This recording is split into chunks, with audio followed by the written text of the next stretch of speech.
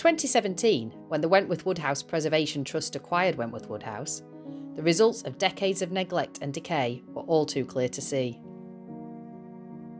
The major cause of this was water, leaking into the building from failed roof coverings and blocked gutters and drain pipes. Extensive dry rot had set in, and the building was in a very poor state of repair.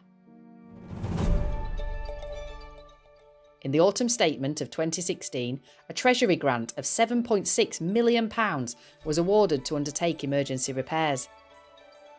Phase 1 covered urgent works to the stables and included a new roof for the riding school.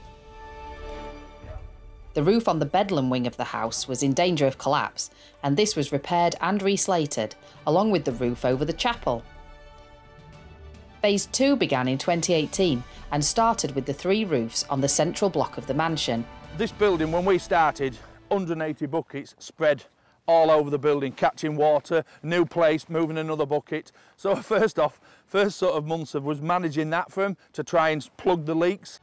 The work involved the design and build of a scaffold structure on an epic scale.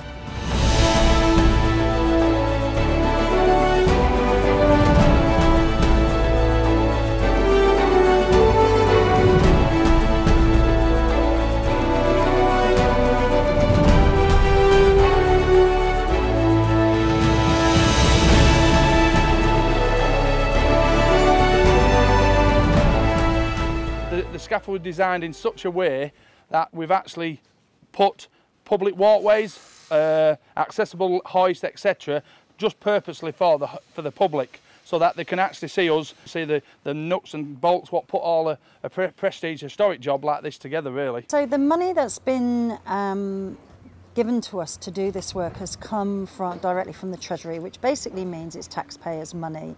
So we felt very strongly that people needed to understand how that money's being spent. This project is really a people's project. You know, we are a charitable trust, which by definition means that this project belongs to the nation, for the nation. It's not a private project. So we've just felt it's really important for people to see how the money's being spent, but also to see the fantastic craftsmanship that's gone into the work by the contractors, because we want to encourage people to really consider heritage skills as part of their career path. With projects like this, it isn't just about the build, it's about involving the local community, engaging with local people for spend, local trades. And one of the things is we had to, it wasn't specified what, but we had to take an apprentice on during the build. Well, the stonemasons, they had their own apprentices, the joiners had their own apprentices. So what we decided, we'd take an apprentice site manager on, because again, it's a trade where we've got to try and get the younger people enthralled into what we do. Well, I got to come by a company called Enable Futures. It's like an apprenticeship agency. Then they put me on a placement here with Woodheads. I spent a year here on placement and it all worked out well. I'm being taken on full time now by Woodheads. Certainly won't, don't ever get bored of the views here anyway. How do you feel that the amount of work we've had here and the variety of work has aided you in achieving and going for your level 3 banker masonry? Well, in terms of actually working stone, a lot of the units on here are obviously far more detailed than anything we've worked before in terms of the actual plinth caps, cornice work. It takes a lot more thought process and a lot more planning, which is what level 3 is all about. It's all about the setting out, which is the key part about the whole thing, and then processes and how you actually work the stone.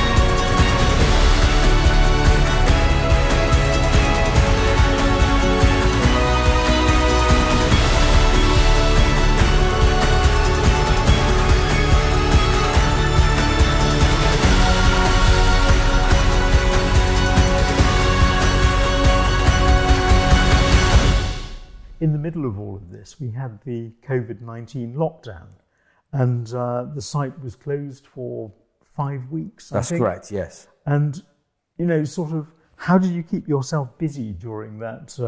It was a that challenge. difficult time? Yeah, it was a challenge, but obviously with a job of this size, there's a lot that goes on in the background. There's a lot of conversations with suppliers as to whether we'd be able to get the material. We luckily had a bit of notice and we managed to secure some stone, secure the mortars and the sands that we need before we went into lockdown. So we were very lucky that even though most of the site work had finished, we could continue working stone away from Rotherham and get it worked ready for when we came back so we could hit the ground running. Yeah. And it worked. You know, we were very lucky. There's some people that are nowhere near as lucky. Yeah, I must say that it was so good that the disturbance of lockdown made such little impact on the project. Yes. I mean, it's you'd hardly know that we had been closed That's down for right. that period now. Yeah, and that's testament to the management of Robert Woodhouse. Yeah. So they were brilliant. Yes, Yeah. yes, absolutely. It's been a lovely project to do, as you know. The sort of scale of what it is and the sort of history what's behind the building is second to none. It has been difficult this last year, since March, since COVID, really, really difficult. The beauty of this job, it's like 3 football pitches with only sort of 20, 25 guys. So we've managed to spread those guys around. So we've managed to work within the guidelines and keep the project going. Everybody come back sort of exhilarated, more push, and we've just basically pushed it. And we're at this stage where after Christmas, our key dates is we're going to just about hit them really. 4 other roofs were included in the Phase 2 works over the north and south quadrants, the North Pavilion and the Long Gallery. So the North Pavilion, from the clock tower upwards, it's the same principle as we've done on the main house, where we're doing the stone repairs at high level. The urns, they'll come down and have structural repairs done to them, make them safe. The slates will be taken off, and the cupola and the weather vane. So we're taking all that off to basically refurb it, all high level works again, and again just to stop the weather getting into it really. The restored and regilded weather vane was returned to the North Pavilion, and 2 new clock faces were also installed.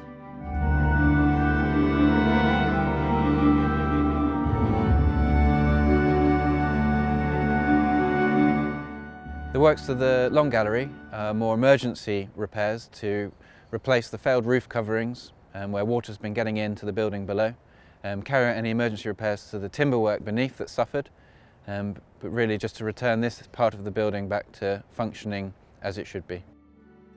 Phase 2 was so well managed that additional work was undertaken within the original budget. This included repairs to the portico ceiling,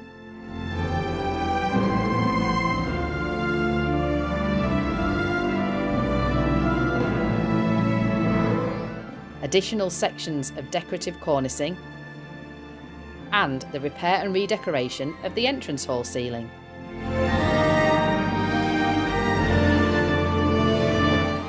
And a local craftsman volunteered his time and expertise to restore the working mechanisms of the clocks.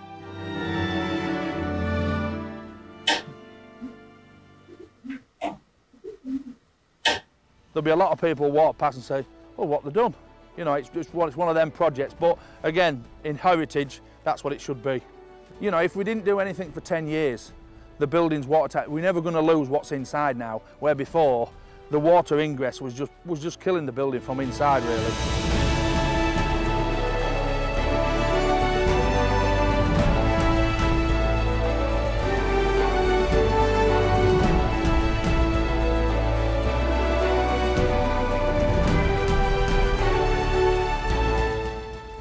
Projects of this kind are always really complex, and this has been particularly so given the scale of Wentworth Woodhouse and, you know, the challenges that we've had to go through, particularly bearing in mind we've had a global pandemic. It's so wonderful to stand here today to see the successful completion of this project and know what a tremendous team effort it has been.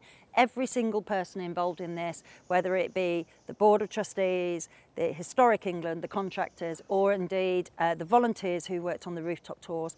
Every single person has played a vital role in the success of this project, and it gives me so much pleasure to walk through the staterooms now and to see that we don't need buckets to collect rainwater anymore, and that we have a watertight east front to Wentworth Woodhouse. So on behalf of the Wentworth Woodhouse Preservation Trust, I'd like to thank everybody who's been involved, and here's to future projects.